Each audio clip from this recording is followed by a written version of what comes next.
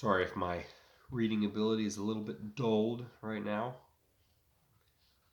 Chapter 37, A Labyrinth of Gems. "Why are you doing this to me?" Alexander shouted, looking this way and that way for the little piglet. "Oink!" said the pig.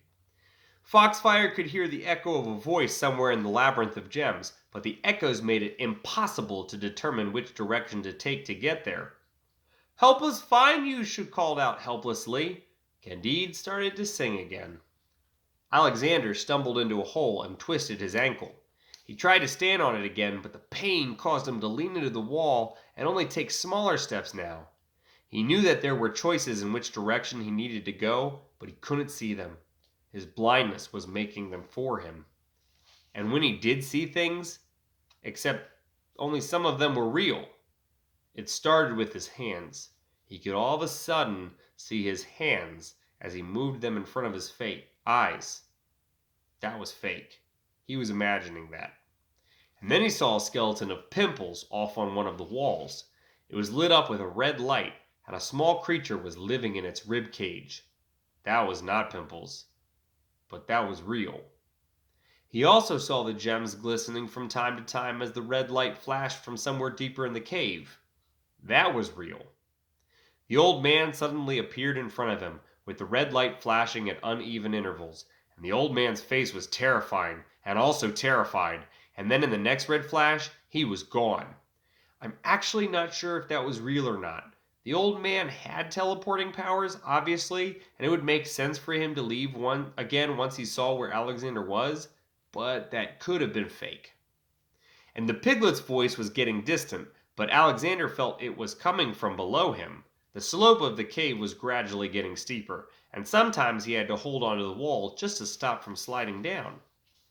The red flashing was now a pale orange and yellow, and it was coming from deeper within the cave. It was a fire. Meanwhile, Foxfire was scratching arrows at each path she took, hoping Alexander would find them and they could eventually meet up. She had forgotten that he didn't have a torch and wouldn't be able to see anything. Candide's singing voice grew softer and softer the farther into the cave system they went. The piglet eventually followed the singing voice and met up with its owner. I use its to refer to the voice and not the pig. But at this very point, its could also refer to the owner because the piglet never left Candide's side after finding him in the cave. Although Foxfire let out a sad cry when the pig appeared, but Alexander did not, Candide smiled even more and began to move faster. His voice grew louder, and this encouraged Foxfire. "How could you be so happy?" she asked him. "Alexander is clearly in trouble since he isn't with the piglet." "Oh, we can't assume that," Candide told her, "but we can assume that even if we chose a different path from him, these tunnels connect with each other. There is a greater chance of finding him now than before." In fact, chance never changes. But his optimism pushed Foxfire forward. She had a sudden thought, and she dug through the knapsack to find something which would smell like Alexander. There wasn't anything, but then she remembered that he had given her his shirt. She picked Trix up into her arms and cradled her into her chest. "Breathe deep, girl," she whispered. "Maybe you could sniff him out." And when she put Trix down again, the fox yelped out in happiness and made a little circle on the ground. Then she sniffed her master's leg, realizing that wasn't the interesting smell, and then ran off into the dark. Foxfire ran with the torch. Candide picked up the piglet and followed after. Alexander had fallen down 2 different edges and could now hear the heavy breathing of some sort of machinery below. The fire seemed to be coming from pipes in a factory of some sort in the heart of the cave. This was all he had to imagine. Like many of the other things, this was fake. While Foxfire and Candide followed Trix toward him, Alexander hurried to the only light he could see. Chapter 38. He Meets the Gem Carver. "Hey, I know you!" A short man wearing glasses was wearing an apron and large gloves. He was what the Italians called a tinkerer, or someone who invents things for a living. "You're Prince Lispin." He, who was not Prince Lispin, shook his head. "Sorry, I'm Alexander. I don't even know who Prince Lispin is." "But you have his sword," the tinkerer noted. Well, no matter. This is a very interesting day indeed. You live down here? Alexander had finished climbing down the last rocky edge and was now standing in a large room with tools and small machines used for cutting gems. How do you eat? The tinkerer stared. What is in that room? Alexander pointed towards the open doorway where the fire flashes were coming from. The tinkerer smiled and motioned for Alexander to follow him in. Alexander followed. The room seemed to have no roof. It was as high as the mountain itself which it was centered under. The walls sloped up like the mountain would, except that the edges were so far apart that Alexander couldn't have known that. Only the tinkerer and I knew that. And the monster. From different parts of the enormous mountain room, fire leapt out from unseen holes in the unseen walls. Because it was so dark, the fire was very seeable, and it didn't help Alexander understand it at all, but he smiled politely and led the way back to the workshop room. Satisfied? The tinker asked.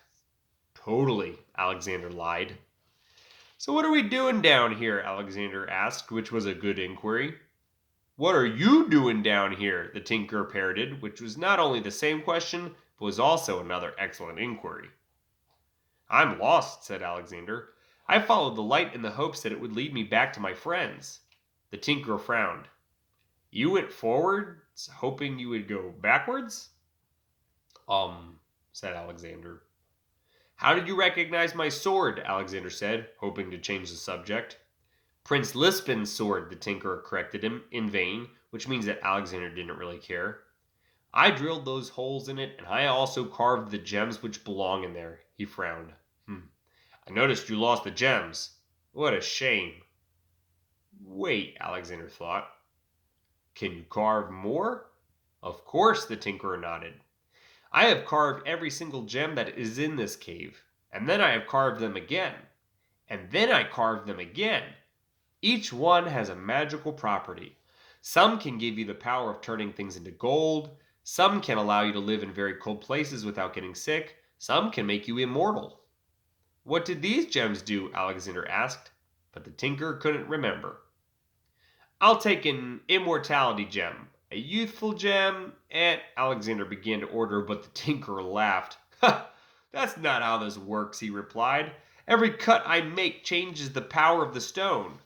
I don't actually know what the stones do until they are placed in the properly cut hole.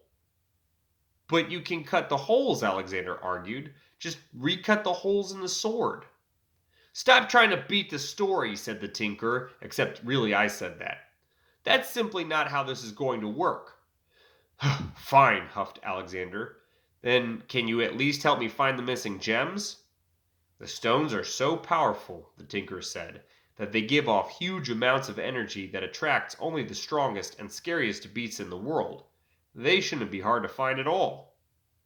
But I am not very strong or scary, Alexander admitted. The tinkerer agreed.